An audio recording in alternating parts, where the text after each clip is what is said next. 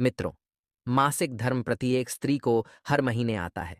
तो आज के इस वीडियो में मैं आपको बताऊंगा कि मासिक धर्म के दौरान स्त्रियों को कौन से कार्य नहीं करने चाहिए, स्त्रियों को किस श्राप की वजह से मासिक धर्म की पीड़ा होती है। इस विश्व जगत में जितने लोग हैं, उनके अपने अपने विचार हैं।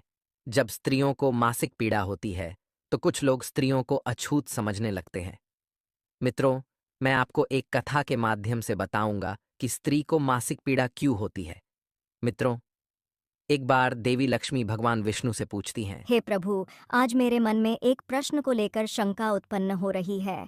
हे नाथ, इस विश्व जगत में केवल आप ही मेरे मन में उठ रही मेरी इस शंका का समाधान कर सकते हैं। माता लक्ष्मी की बात सुनते ही भगवान विष्णु ने कहा कि हे प्रिय, तुम्हारे मन में जो भी प्रश्न है, जिसकी वजह से तुमको शंका हो रही है, वह तुम निसंकोच होकर पूछो। मैं तुम्हारे मन में उठ रही सभी शंकाओं का समाधान अवश्य करूंगा। तब माता लक्ष्मी जी कहती हैं। हे नाथ, वह कौन सा श्राप है जिसके कारण स्त्रियों को मासिक धर्म की पीड़ा सहन करनी पड़ती है? माता लक्ष्मी ने अपना दूसरा प्रश्न पूछते हुए कहा कि मेरा दूसरा प्रश्न यह है कि प्रभु, एक रजस्वला स्त्री को कौन से कार्य नहीं करने चाहिए जिससे वो अपने ऊपर लगने वाले पाप से बच सके। तब भगवान विष्णु कहते हैं, हे देवी लक्ष्मी, तुमने संपूर्ण मानव जाति के कल्याण हेतु अत्यंत उत्तम प्रश्न किया है। हे देवी लक्ष्मी, मैं तुम्हारे इन सभी प्रश्नों का उत्तर तुम्हें सुखदेव नामक एक पुरुष के जीवन में हुई घटनाओं के माध्यम से दूंगा, जिससे तुम्हें तुम्हारे प्रश्नों का उत्तर इस कथा के माध्यम से प्राप्त हो जाएगा। ये कथा इतनी पावन है कि इस कथा के श्रवण करने मात्र से ही समस्त मनुष्यों के समस्त पापों का नाश हो जाता है। जो भी गृहस्थ जीवन में है, वह पति पत्नी इस कथा को ध्यानपूर्वक सुनते हैं, तो उन्हें सुख और सौभाग्य की प्राप्ति होती है। इसीलिए हे देवी लक्ष्मी, मैं जो कथा आपको सुनाने जा रहा हूं, आप भी इस कथा को ध्यानपूर्वक पूरा अंत तक अवश्य सुनना। अब देवी लक्ष्मी कहती हैं। हे नाथ, यह सुखदेव कौन थे और उनके जीवन में कौन घटनाएं हुई थीं? हे प्रभु, मैं इस कथा को सुनने के लिए उतावली हो रही हूँ। कृपया आप इस कथा को मुझे सुनाइए। मैं इसे ध्यानपूर्वक पूरा अवश्य सुनूंगी और संपूर्ण विश्व जगत में विख्यात भी करूंगी। तब भगवान विष्णु कथा सुनाना आरंभ करते हैं और कहते हैं कि हे देवी लक्ष्मी, पूर्व काल की बात है। निर्मल देश में एक अत्यंत शोभायमान नगरी थी। उस नगरी में सुखदेव नाम के एक ब्राह्मण रहा करते थे। सुखदेव को समस्त वेदों और शास्त्रों का ज्ञान था। वह एक तेजवान और परम बुद्धिमान, गुणवान तथा धर्म के मार्ग में खुद की आहुति दे देने वाला एक ब्राह्मण था। सभी वर्णों के लोग सुखदेव को बड़ा सम्मान देते थे। सुखदेव प्रतिदिन यज्ञ करता था, दान धर्म के साथ संध्या उपासना भी किया करता था। सुखदेव पशुपुत्र, बंधु बांधव तथा धन संपत्ति से संपन्न थे। सुखदेव की पत्नी का नाम तपस्या था।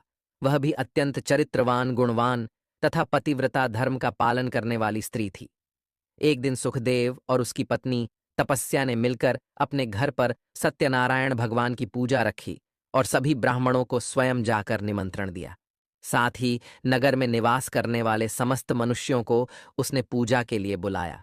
सुखदेव की पत्नी तपस्या ने अपने घर पर भांति भांति प्रकार का भोजन भी बनाया था और सभी को भोजन के लिए बुलाया। उसके बाद पूजा के दिन समस्त ब्राह्मण उसके घर पर पधारे। सुखदेव ने सभी ब्राह्मणों का विधिपूर्वक पूजन किया और उन सभी का बड़े ही प्रेम के साथ आदर सत्कार किया। फिर सुखदेव ने सभी ब्राह्मणों को घर के अंदर बुलाया और उन्हें आसन देकर प्रेम के साथ बिठाकर भोजन कराया। ब्राह्मणों को भोजन करा के उनकी भूख की तृप्ति समाप्त करने के बाद सुखदेव ने भगवान का स्मरण करते हुए जिन जिन को सुखदेव ने बुलाया था, उन सभी को वस्त्र आदि का दान करके विदा किया। वे सभी ब्राह्मण सुखदेव को आशीर्वाद देकर वहां से प्रस्थान कर गए। उसके बाद सुखदेव ने अपने परिवार के सभी मित्र, बंधु बांधव तथा अनेक दीन और भूखे लोगों को भोजन करवाया। इस प्रकार से सुखदेव ने सभी को भोजन कराकर और पूजा संपन्न करके सभी को विदा करके जब वह ब्राह्मण सुखदेव अपने घर के द्वार के सामने गया, तो उसने देखा कि उसके घर के सामने एक कुत्ता और सुअरनी आपस में कुछ बात कर रहे थे। जब ब्राह्मण सुखदेव ने उस कुत्ते और सुअरनी की पूरी बात सुनी, तो सुखदेव को बड़ा आश्चर्य हुआ। वह कुत्ता और सुअरनी उसके माता पिता ही थे, जो पिछले जन्म के पाप कर्मों को करने के कारण इस जन्म में कुत्ता और स्वर्णी बन गए हैं। तब वह ब्राह्मण सुखदेव मन ही मन सोचने लगा, यह दोनों तो साक्षात मेरे माता पिता हैं, जो मेरे घर पर पशु बनकर आए हैं। भगवान ने किस कारण से इन दोनों को पशु बना दिया है? किस पाप के कारण मेरे माता पिता को ये पशु का शरीर प्राप्त हुआ है? सुखदेव ने सोचा कि अब मैं इनके उद्धार के लिए क्या करूं। इस प्रकार विचार करते हुए सुखदेव ब्राह्मण को रात भर नींद नहीं आई और वह रात भर भगवान का स्मरण करते हुए वह सोच विचार करने लगा। उसने सोचा कि मैं अपने माता पिता की मुक्ति के लिए क्या करूं। तब उसे याद आया कि मेरे माता पिता की आत्मा की मुक्ति का उपाय केवल मुनि वशिष्ठ जी ही बता सकते हैं। सुबह होते ही सुखदेव ने स्नान आदि कार्य संपन्न करके मुनि वशिष्ठ जी से मिलने के लिए उनके आश्रम पर जा पहुंचा। आश्रम के अंदर प्रवेश करते ही मुनि वशिष्ठ जी ने सुखदेव का स्वागत किया और वशिष्ठ जी सुखदेव से कहने लगे, हे ब्राह्मण श्रेष्ठ, आप आज किस कारण से हमारे आश्रम में पधारे हैं? हे ब्राह्मण श्रेष्ठ, आप बड़े दुखी जान पड़ रहे हैं। आपके दुख का कारण क्या है? सुखदेव कहता है, हे मुनिवर, आपको मेरा प्रेम भरा प्रणाम। हे मुनिवर, आज आपके दर्शन मात्र से मेरा जन्म सफल हो गया है। परंतु हे मुनीश्वर, यहाँ आज मैं आपके पास अपनी एक शंका को लेकर आया हूँ। कृपया आप ही मुझे इस दुख से बाहर निकालें। हे भगवन, मुझे इस शंका से आज़ाद करें। मैं अत्यंत दुखी और दुर्बल हो गया हूँ। वशिष्ठ जी ने आगे कहा कि हे ब्राह्मण देव, आप दुखी मत होइए। आपकी जो भी शंका है वह निसंकोच होकर मुझसे पूछो। मैं अवश्य तुम्हारी शंका का समाधान करूंगा। फिर सुखदेव कहता है, हे मुनिवर, कल मैंने अपने घर पर भगवान सत्यनारायण का पूजन करवाया तथा अनेक ब्राह्मणों को और भूखे लोगों को भोजन कराया। मैंने सब कुछ विधिपूर्वक पूजन किया। फिर जब मैं अपने घर के बाहर अपने मेहमानों को अपने द्वार तक छोड़ने आया तो मैंने देखा कि मेरे द्वार पर एक कुत्ता और एक स्वर्णी दोनों मेरे घर के सामने खड़े होकर बात कर रहे थे। सबसे पहले कुत्ता उस स्वर्णी से इस प्रकार से कहने लगा कि देखो, आज देखो कैसी घटना घटी। हमारे पुत्र के घर में ब्राह्मणों के भोजन के लिए जो दूध रखा था, एक सांप ने उस दूध के बर्तन में अपना विष उगल दिया था, जिसे देखकर मुझे बड़ी चिंता होने लगी, क्योंकि उसी दूध से भोजन बनने वाला था। अगर मेरे पुत्र के घर पे उस विषैले दूध से कुछ बनाया जाता और सभी लोग उस दूध को खा लेते तो उन सबकी मृत्यु हो जाती। इसीलिए मैंने उस बर्तन में से सारा दूध पी लिया। लेकिन जब मेरी बहू की दृष्टि मुझ पर पड़ी तब उसने मुझे डंडों से खूब पीटा, जिससे मेरे शरीर का अंग भंग हो गया। अब मुझे बहुत पीड़ा हो रही है और इसी वजह से मैं लड़खड़ाते हुए चल रहा हूं। मुझसे यह पीड़ा सहन नहीं हो रही है। कुत्ते की बात को सुनकर वह स्वर्णी बहुत दुखी हो गई और वह अपना वृतांत सुनाने लगी और बोली कि हे प्रीतम, अब मैं तुम्हें मेरे दुख का कारण सुनाती हूँ। पूर्व जन्म में मैं इस ब्राह्मण की माता थी, परंतु आज इस ब्राह्मण ने सभी लोगों को भोजन कराया, किंतु इसने मेरे सामने घास तक नहीं डाली और ना ही मुझे जल पिलाया। सुखदेव बोला कि हे मुनिवर, इसी कारण से मैं बहुत दुखी हो गया हूँ। फिर सुखदेव कहने लगा, इस प्रकार से अपने माता पिता को कुत्ते और सुअरनी के रूप में ऐसा बोलते हुए देखकर मुझे बड़ा दुख हो रहा है। हे मुनिवर, मुझे रात भर नींद नहीं आ रही है। हर क्षण मुझे बस यही चिंता सताए जा रही है कि मैंने कभी कोई पाप नहीं किया है, हमेशा धर्म के कार्य किए हैं, परंतु फिर भी मेरे माता पिता को ऐसे कष्ट झेलने पड़ रहे हैं। हे मुनिवर, यही मेरी शंका है। इसी कारण से आज मैं आपके पास आया हूँ। कृपया आप अपनी दिव्य शक्ति से पता करके मुझे बताइए कि किस कारण से मेरे माता पिता की ऐसी दुर्दशा हुई है और उनकी मुक्ति के लिए मुझे कौन सा कर्म करना होगा। तब मुनि वशिष्ठ जी ने ध्यान लगाते हुए वह सब कुछ देख लिया और उस ब्राह्मण सुखदेव के माता पिता के पूर्व जन्म के कर्मों के बारे में सुखदेव से कहने लगते हैं, हे ब्राह्मण सुखदेव, तुम्हारे माता पिता ने पिछले जन्म में घोर पाप किया है। उसी पाप कर्मों के कारण आज उनकी ऐसी दुर्दशा हुई है। सुखदेव कहने लगता है कि हे गुरुदेव, कौन से पाप के कारण मेरे माता पिता की दुर्दशा हुई है? कृपया मुझे उसके बारे में विस्तार से बताने की कृपा करें। मैं जानना चाहता हूँ। फिर मुनि वशिष्ठ जी कहते हैं कि हे ब्राह्मण सुखदेव, तुम ध्यान से सुनो। ये कुत्ता जो तुम्हारे पिता हैं, ये पिछले जन्म में वसंत नगर के श्रेष्ठ ब्राह्मण हुआ करते थे। इन्होंने एक दिन एकादशी का व्रत रखा परंतु ये उसका पालन ना कर सके और भोजन कर लिया था। एकादशी के व्रत के दिन तुम्हारे पिता ने दान धर्म भी नहीं किया। इन्होंने अपने द्वार पर आए हुए कुत्तों को कभी भोजन नहीं खिलाया। तुम्हारे पिता ने अपने पितरों का श्राद्ध भी विधिपूर्वक नहीं किया।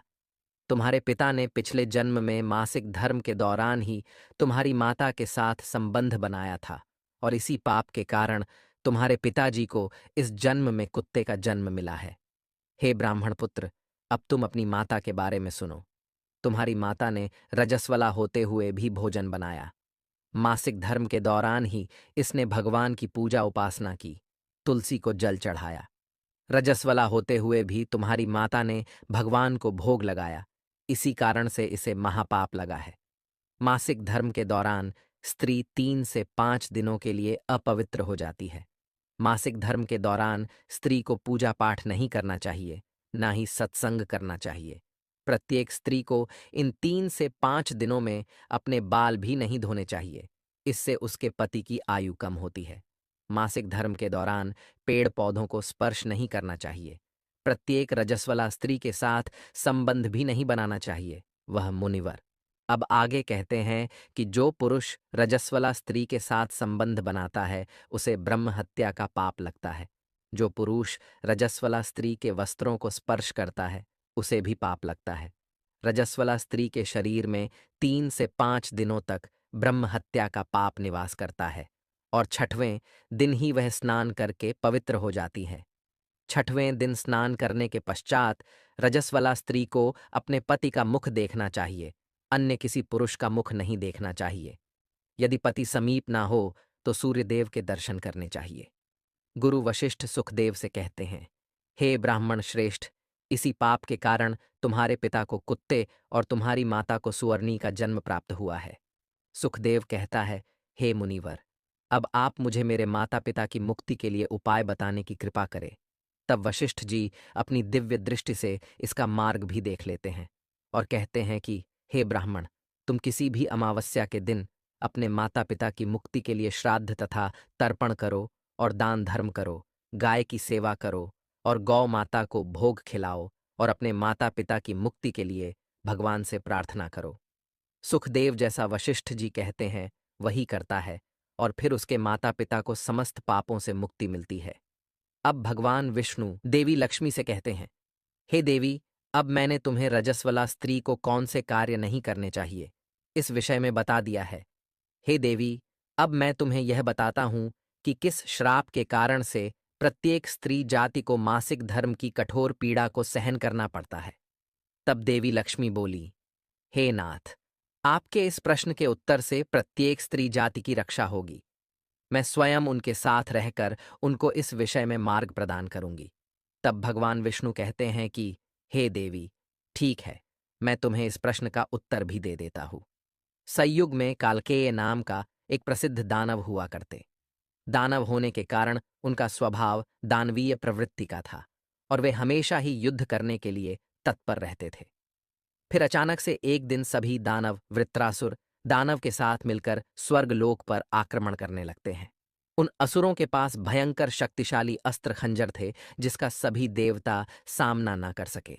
स्वर्गलोक से भागकर ब्रह्मदेव के पास आ गए।